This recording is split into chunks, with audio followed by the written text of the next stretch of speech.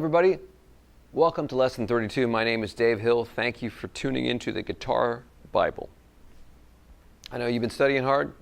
You're getting so good. I can already hear you writing famous songs on the radio. And you're all my students, so keep making me proud and practicing hard. Tell all your friends about the lessons and how much you're enjoying them. Okay, so we covered some new chords last lesson in Lesson 31. Covered the dominant seventh chords, and we worked out on some blues. And I know you've been studying that hard and you've been working on that. But a lot of times, after you learn something, you kind of get stuck after you've practiced something, and you don't know what else to do with it, how to keep getting better and how to keep drilling on it. Well, I'm going to show you some exercises today that will help you do that. We often play songs and progressions that we like to, or that I make up. But sometimes what you want to do is make up exercises that you can adapt over a variety of different situations. Okay, so I want to show you a few things here today to do that, to continue to work on these chords. You can see behind me what I've written here is the circle of fifths.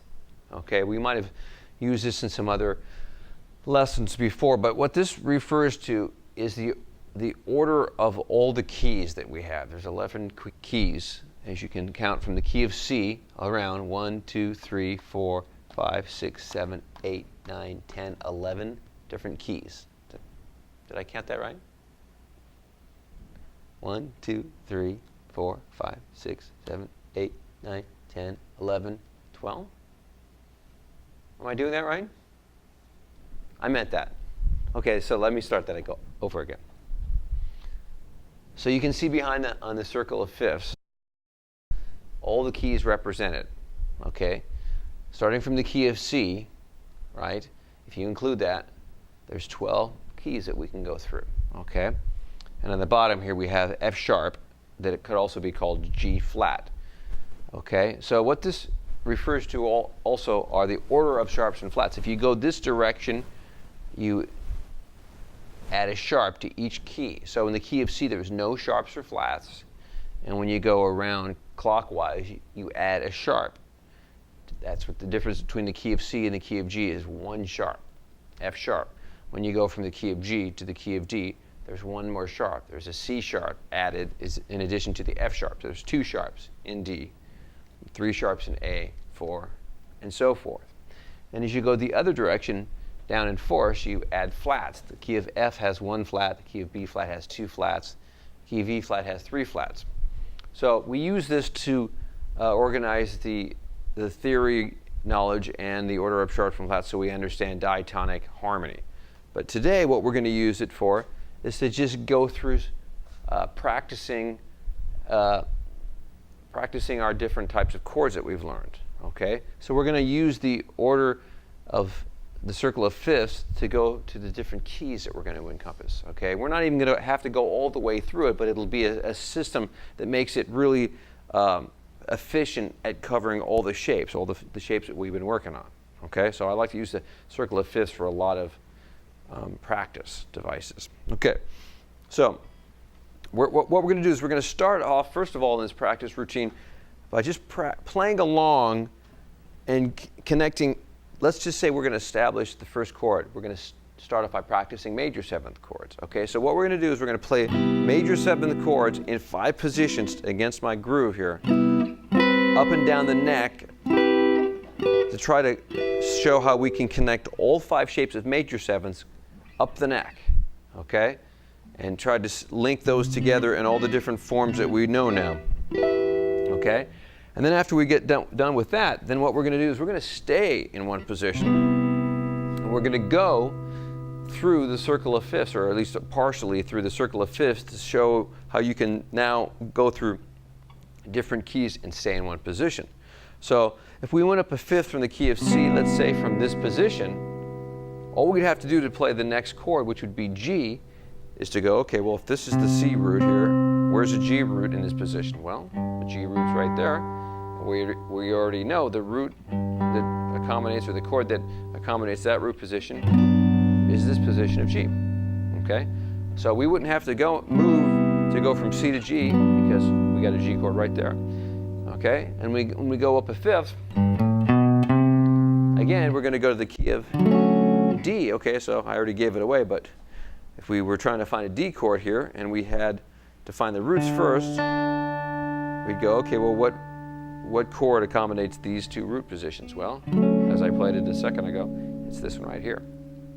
Okay, and then once again, if we go up another fifth to A, well, we'd go, okay, where's an A in this position? There's the A's right here, and that means it would be this position of A that we learned a few lessons ago. And so that's going to be the routine.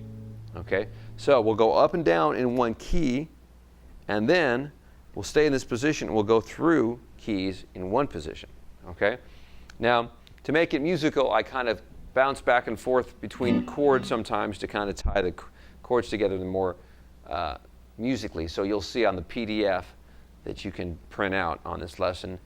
I sometimes go back down a fifth before I continue going up a fifth, but that was just because I thought it would make it more musical. I kind of made a little musical progression. So essentially, though, we're going up in fifths.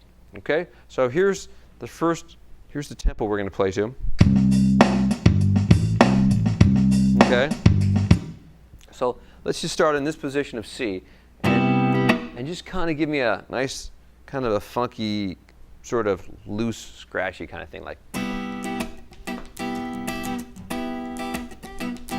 Now we're going to give you 2 measures of each chord before I want you to change position. So that's going to be this much time. 3, 4. Now you're going to change position. Change position again. Right? So when you practice it at home, you might find that to be a little bit too fast.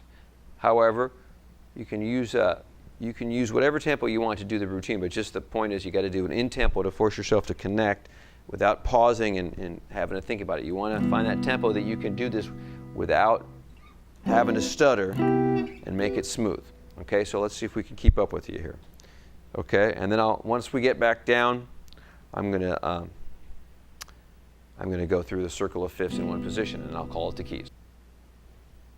Okay, here we go through the exercise, moving 2 bars. We get 2 bars of each chord before we move up. Okay, here we go. 2, 3, 4. Okay, next position of C. Move it up against. And next position of C again. Next position way up here. Okay, back down where we started. Okay, now we're going to stay in this position and go up in fifths now. So the next position, next chord is G, and we stay right there. Now we're going to go back up to C. Back down to G. Now we're going to go up with fifths to D. We stay right there. Now we're going to go up with fifths to A. We're going to go back down to D right here. Notice I'm staying in one position. Back up to A. Okay, here we go up to E, up another fifth. Now we're going to go up a fifth to B. Staying in that same position. Back up to E. Back down to B. Now up a fifth to F sharp. Okay, up a fifth to D flat. Back down to F sharp. Up a fifth to D flat. Now we go back to C again. Okay, and then we're back at the top. Okay, so that might have seemed fast, and obviously if you haven't printed out the PDF of this lesson, you're going to have to wait for me to call out the chord before you can figure out what to play. So I suggest you print it out and you have it next to you so you can see the chord progression that we're going to play over. Okay, and as I said, if it's too fast, what you want to do is you want to find a tempo that it's slower, that you can still force yourself to play in time. That's important. Play in time, but just Find that tempo, the maximum tempo that you can play it perfectly and make these shifts without studying or going blank on a chord, because that's your target, that's your practical tempo that you can play at. You want to bring that tempo up to match my tempo if you're struggling with it. But eventually you'll be able to do it faster, and that'll show you that you're really learning these inversions of these chords all up and down the neck. Okay, now it doesn't just stop with major sevenths. Okay, I just chose major sevenths as the starting point. It wouldn't really matter what chord you use the circle of fifths to practice to. Okay, just to give you an example, we learned dominant sevenths last lesson, right? So there's no reason that we can't do the same exercise with my groove using all 5 dominant shapes. Okay, and because I only have a bass playing the roots, there's no information above the bass notes that are going to clash, so I'll be able to make this work with dominant chords. So let's do this. We're going to go up 5 positions of dominant chords, right? And then back to the starting spot. And then we go through 5 dominant shapes in one position, just like I did with the major 7. So let's listen to how that would sound. Here we go. Dominant 7 shapes, just quickly to review, look like this. Okay, here we go. 1.